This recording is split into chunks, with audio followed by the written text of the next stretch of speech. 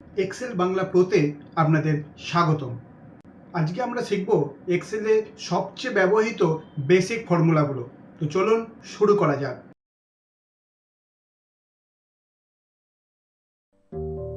এখানে একটা প্র্যাকটিক্যাল আছে।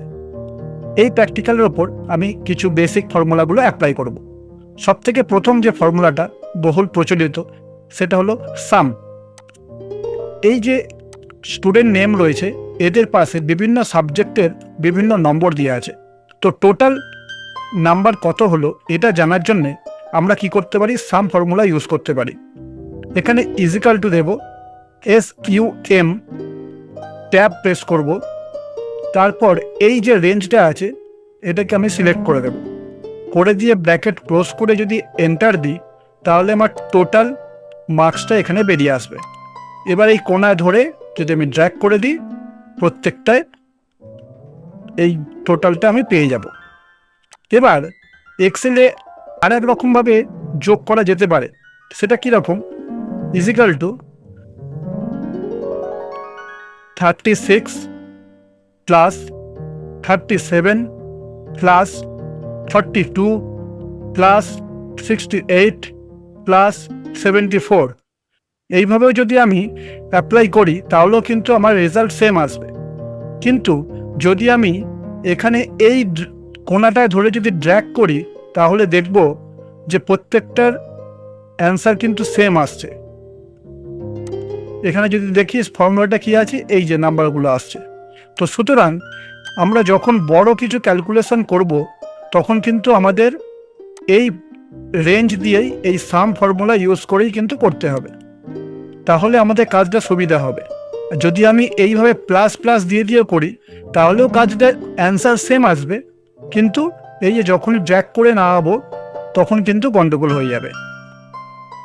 কাজ ফাস্ট করতে হলে আমাদের এই মেথডটাই ইউজ করতে হবে। সাম দিয়ে এই রেঞ্জটা দেব, দিয়ে ব্র্যাকেট ক্লোজ করে এন্টার। এবার আমাদের কি করতে হবে, ম্যাক্সিমাম মার্কসটা বার করতে হবে। এটার জন্য কি করব, ইকুয়াল টু MAX, ট্যাব দিয়ে আমি কার মধ্যে ম্যাক্সিমাম নম্বর চাইছি, আমার এই যে রেঞ্জটা আছে ইংলিশ থেকে SST পর্যন্ত এই রেঞ্জের মধ্যে ম্যাক্সিমাম নম্বর কোনটা আছে এটা জানার জন্য এই যে রেঞ্জটা আছে এটা সিলেক্ট করলাম, ব্র্যাকেট ক্লোজ করলাম, জাস্ট এন্টার। 74 ম্যাক্সিমাম নাম্বার, এই কোণায় ধরে জাস্ট ড্র্যাগ করে দেব।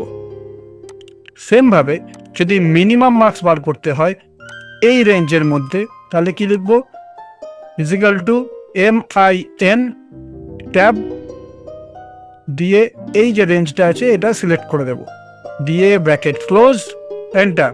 36 জাস্ট কোণায় ধরে নিচে ড্র্যাগ করে দেব। এটা হলো মিনিমাম নাম্বার, এটা হলো ম্যাক্সিমাম নাম্বার, এটা হলো টোটাল। এবার আমরা চলে যাই আমাদের নেক্সট যে ফর্মুলা আছে সেখানে। এখানে আমি কিছু স্টুডেন্টের নাম লিখে রেখেছি, এই জায়গাগুলো ফাঁকা আছে।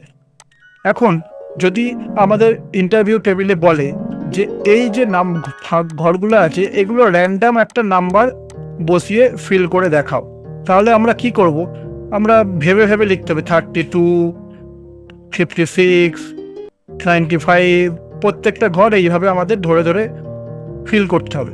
আমরা এটা যদি না করতে চাই, খুব সহজে যদি এই সবকটা ঘরকে র্যান্ডামলিভাবে একটা নম্বর দিয়ে ফিল করতে চাই তাহলে আমাদের কি করতে হবে, এই যে ঘরগুলো আছে এগুলো জাস্ট সিলেক্ট করব, দিয়ে ইজিক্যাল টু RAND, বিটুইন, নিচে দেখো নাম্বার রয়েছে, র্যান্ড বিটুইন, দিয়ে ট্যাব, শুরু হয়ে গেল।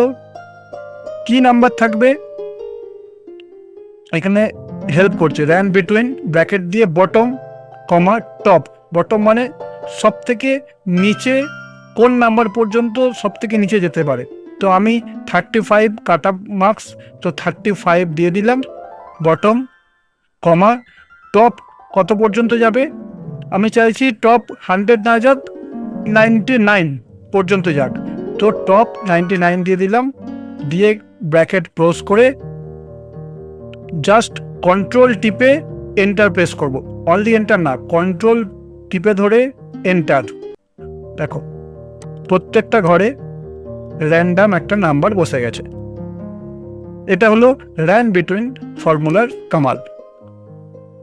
নেক্সট যে আমাদের যে ফর্মুলাটা রয়েছে সেটা দেখা যাক। এখানে আমার কিছু নাম্বার লেখা আছে, এর স্কোয়ার বার করব, এর কিউব বার করব, এর স্কোয়ার রুট বার করব। স্কোয়ার বার করার জন্য আমাদের কি করতে হবে?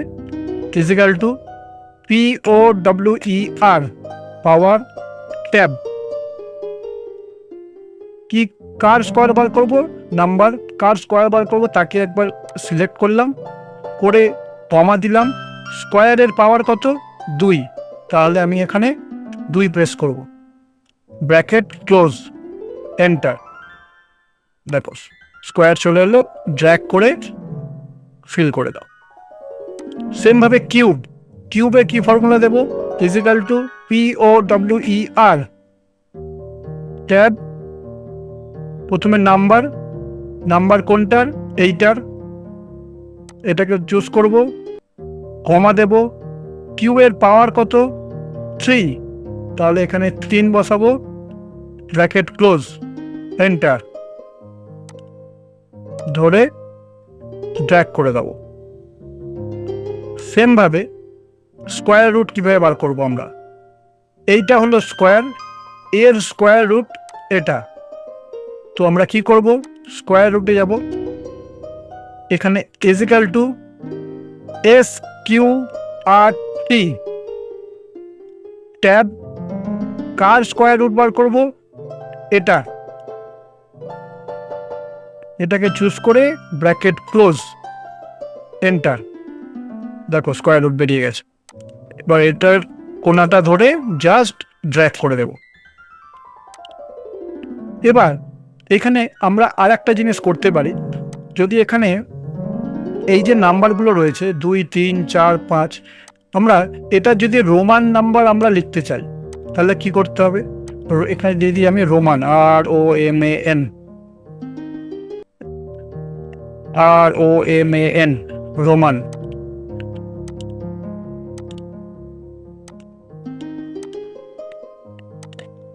এখানে আমি রোমান নাম্বার লিখতে চাইছি, তো তার জন্য আমাকে কি করতে হবে? হয় আমাকে এইভাবে বসাতে হবে 2, 3, 4, এইভাবে বসাতে হবে।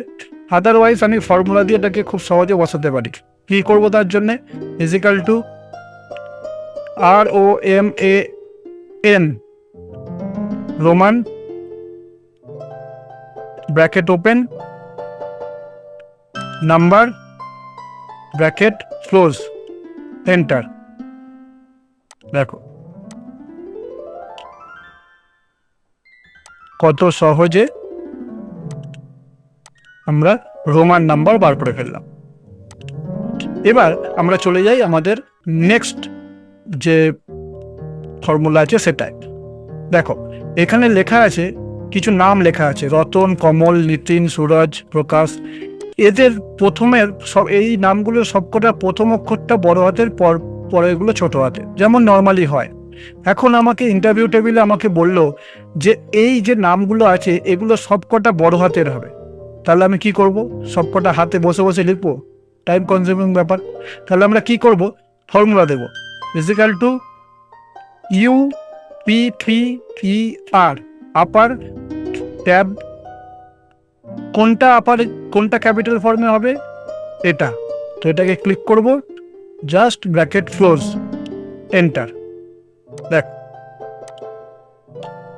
সবকটা নাম ক্যাপিটালে হয়ে গেছে। এখন যদি বলে আমাকে এই সবকটা নাম কি ক্যাপিটালে হলো, এটাকে স্মলে করে দেখাও, তো স্মলে কিভাবে করব?